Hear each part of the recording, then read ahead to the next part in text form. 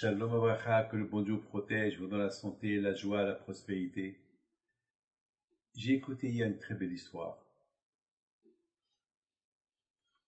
Vous savez, ici en Israël, à Baruch Hashem, il y a des associations qui s'occupent des mariés. J'ai ma belle-fille, Baruch Hashem, elle a une association qui s'occupe de donner de venir en aide à des jeunes mariés s'ils n'ont pas la robe de mariée. Baruch Hashem, ils aident. Bon, ici en Israël, vous savez, il y a beaucoup de pauvreté. Et c'est pas tout le monde qui peut se permettre à avoir des belles robes. Et Baruch Hashem, ma belle-fille, elle essaie par tous les moyens de donner aux jeunes mariés une très belle robe de mariée. Mes amis, il y a une kala que elle est vous savez qu'ici en Israël, les Ashkenazim, ils ont coutume que lorsque la kala, avant qu'elle rencontre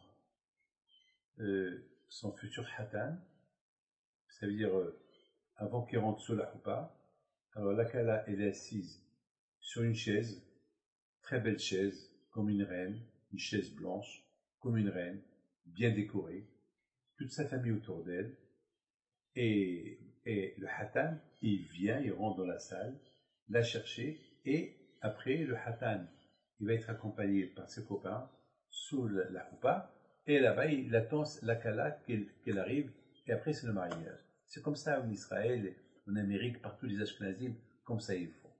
Aujourd'hui, cette coutume-là, elle est aussi adaptée même chez les Sfaradim. Alors, il y avait une kala, la pauvre, et les pauvres.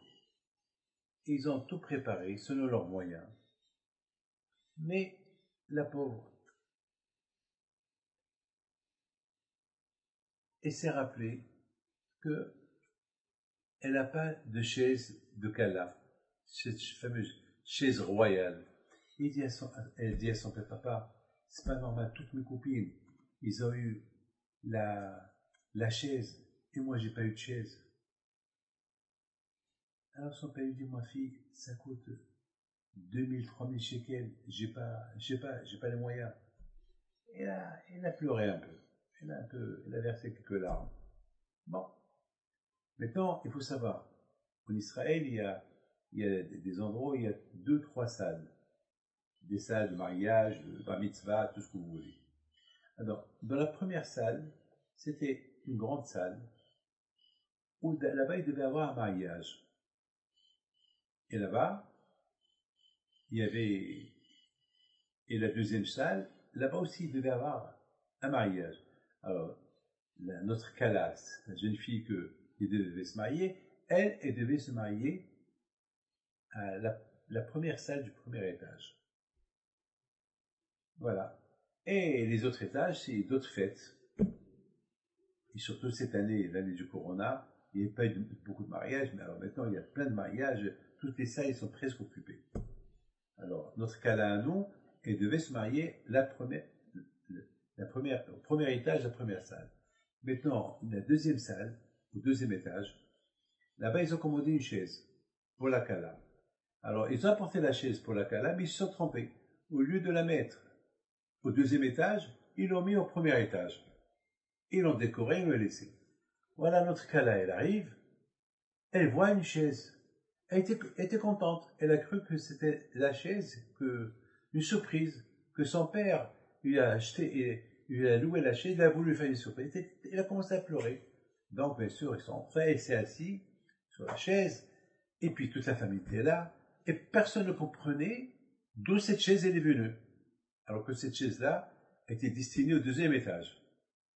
Regardez, mes amis, comment la prière de cette Kala, comment elle est montée chez Akadosh Baruch Hu. Cette Kala qu'elle a prié à Akadosh Baruch Hu. Akadosh Baruch Hu, aide-moi. Ne me fais pas honte devant mes copines. Que moi aussi j'aurai une chaise. Eh bien, Hachim a écouté sa prière. Qu'est-ce qui s'est passé? Ceux qui ont commandé la chaise, au lieu qu'il la prenne au deuxième étage, ils l'ont mis au premier étage. Elle, entre-temps, elle s'est assise.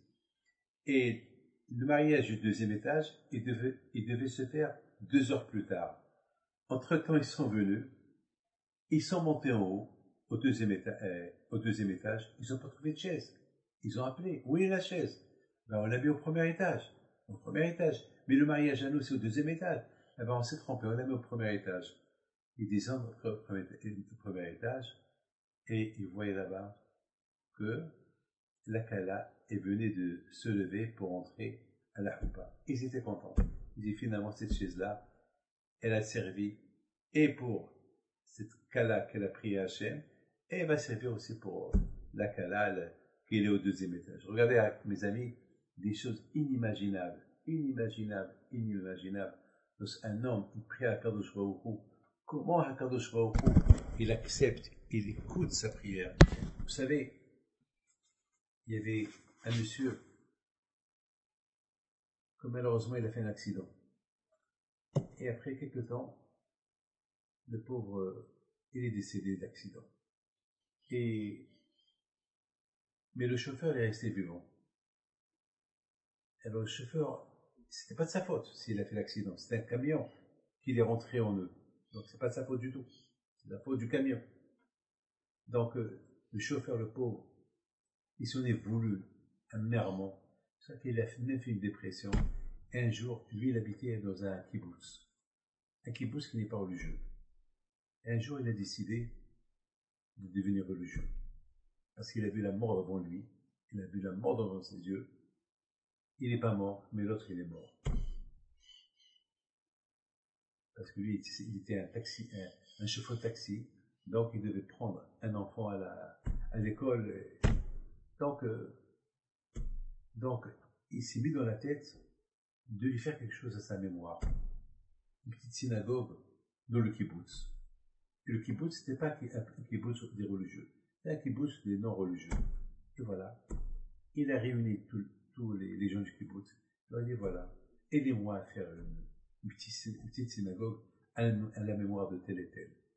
Celui qui est mort, le pauvre, dans un accident de voiture.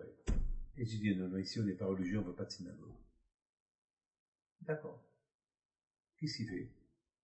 Il y avait, dans le kibbutz, il y avait comme une cabane. Une cabane qui était jetée. Une cabane qui ne servait à rien.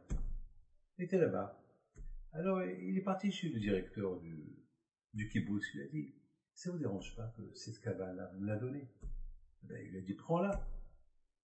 Et je peux la mettre à la mémoire de Daniel, le jeune homme qui est mort dans l'accident. Ben, fais ce que tu veux. Mais qui va aller là-bas? Au moins, à sa mémoire.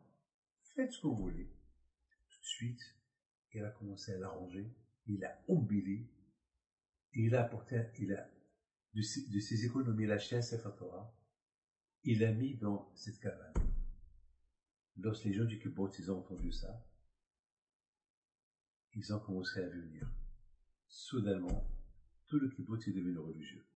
Vous savez, mes amis, pourquoi je raconte cette histoire? Beaucoup des fois, on prend tête contre la religion. Il en faudrait qu'un qui montre un exemple que tout le monde suit. Comme celui-là.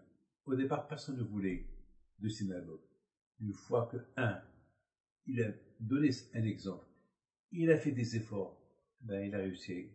Et finalement, vous savez à la fin qu'est-ce qu'ils ont fait tous les gens du kibbutz? Ils l'ont aidé à trouver une belle maison et ils ont transformé la synagogue qui était dans la cabane dans la maison. Les amis, lorsqu'on veut faire quelque chose de bien, quand je vous nous aider à la faire. Voilà ce monsieur-là. Il a réussi à faire et la synagogue et un Sefer Torah. Et il a rendu tout le kibbutz dans la Teshuvah. Que le bon Dieu protège jamais le Keratzon.